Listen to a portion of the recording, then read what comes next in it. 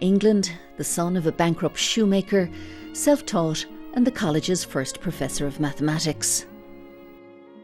The governors of University College Cork took a risk in electing somebody who had no real background in academic life to be their first professor of mathematics, but it turned out to be an inspired decision because he had a wonderful career here. He's a wonderful teacher, and while he was here he produced his great works on logic, the mathematical analysis of logic and investigation of the laws of thought.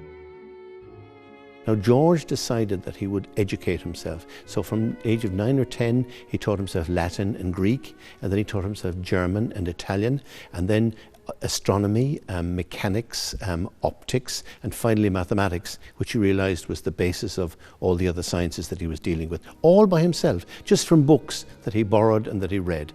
He couldn't afford to go to school, he couldn't afford to go to Cambridge and the other places that he would have liked to go, so why not do it yourself? But he had rare genius. I mean, he picked up things extremely quickly. At the age of 1.5, there's a story that he went missing one day, and they found him, he was from Lincoln, they found him downtown in Lincoln, and what was he doing? He was spelling hard words for people, and they were rewarding him with a shower of coins at the age of 1.5.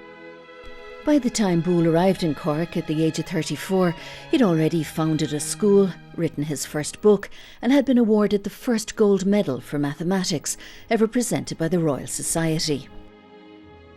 Well, I think first of all he was a genius, and I think we all look up to geniuses, but he was also a very simple, down-to-earth person. I mean, what he did was he looked at the ordinary language that people use, that you and I use and that everybody uses worldwide, and he looked in particular at 3 words, and or and not. And he said, how do we actually use those words? And everybody can use them correctly, but he translated them into symbols, and then he realised that they were the very basis of thinking and of thought. And from that it was a short step to actually putting all this on a machine and inventing a computer. So it's very, very simple. It was while living here at No. 5 Grenville Place that Boole wrote his most famous book, an investigation into the laws of thought. In it he even discusses the probability of the River Lee flooding. And it is his use of maths to express the workings of the human mind that he is best known for, laying down, as it did, the foundation for the digital age. I often fantasize about showing him around the world today, showing him what his inventions have led to, showing all the people with their smartphones and showing people with their electronic devices and radio, television, the whole works, and he would have been amazed, I think.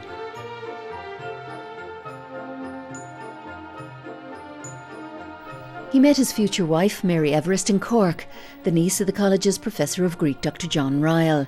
18 years old, she was 20 years his junior, but possessed a lively intellect and shared his passion for mathematics. He was very much an uncle figure to her. He tutored her in mathematics and they had nice discussions. And then when her parents died, he proposed marriage to her, I think just to look after her. But it was a very, very successful marriage. They had 5 daughters. They seemed very, very happy indeed. And they were ideally suited to each other in that they had a lot of similar strange ideas on hypnosis and mesmerism and homeopathy and phrenology and all those things. So they were an ideally suited couple to each other. But although very happy, their marriage was short-lived. Boole died young, just 49 years old, from pneumonia, having caught a cold on his way to a lecture. With a little opportunity for work here, Mary and her 5 young daughters returned to London, where she became librarian at Queen's College, the first college in England for women, and in time her daughters would make their own strides in their various fields. They had 5 daughters, 5 wonderful daughters, 3 of whom became really famous. They were all famous in their own way. One became a mathematician who did 4-dimensional geometry, again self-taught. One was Lucy, she was a chemist. She was the first woman professor of chemistry in the British Isles. And then the 5th daughter, Lillian Voynich, wrote a book called The Gadfly, which has become absolutely famous worldwide and sold millions of copies. So there was talent in that family there. Gorge Boole, the father of the computer age, is buried here in St Michael's Church of Ireland Cemetery in Cork, a place Des often brings visiting mathematicians and a place he regularly visits himself.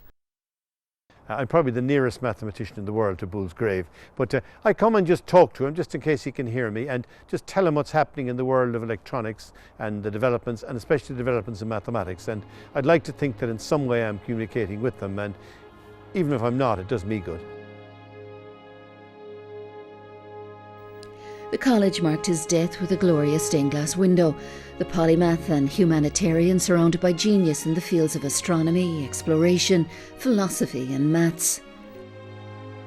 Well, this is the famous Boole window on the east wing of the Aula Maxima at University College Cork, and it was paid for by public subscription a couple of years after Boole died. We found out recently it was actually made in Birmingham. It's a lovely stained glass window, and the idea is to surround Boole with all the people who played a prominent part in his life, either historically or at the time he lived. And there's Boole in the very centre of the bottom panel. It's a very good tribute, and it's only when you look at it closely that you see just what a beautiful work of art it is, but historically that it's significant. You've got Columbus there as well, and I think that's a recognition that there's excellence in every area and that Boole admired excellence in those particular areas.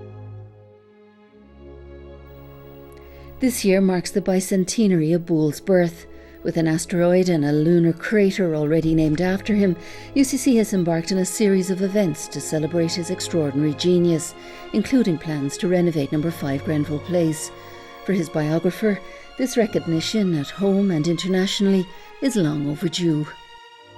I think the city as well is starting to be more aware of him and to be very proud of him, because we gave him a job when he had no degree, and we believed in him, we trusted him, and he gave us back an enormous amount.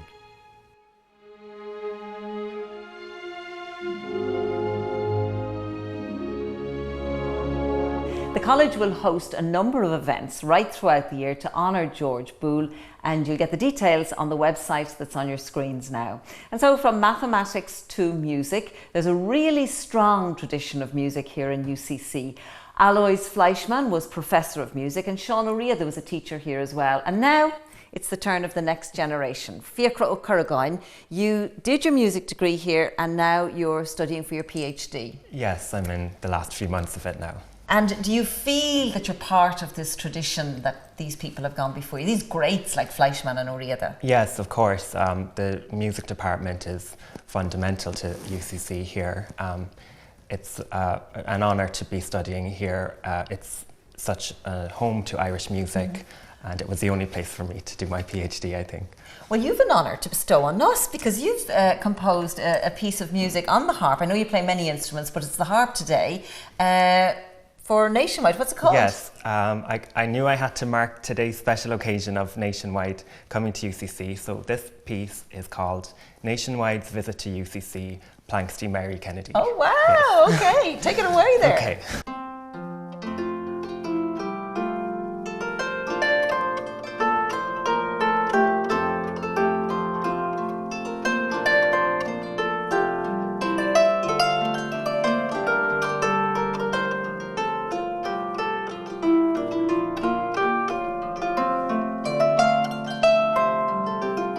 Is Irish traditional music your place of interest? Yes, my PhD is in composition and I'm composing new music in the idiom of Irish traditional music.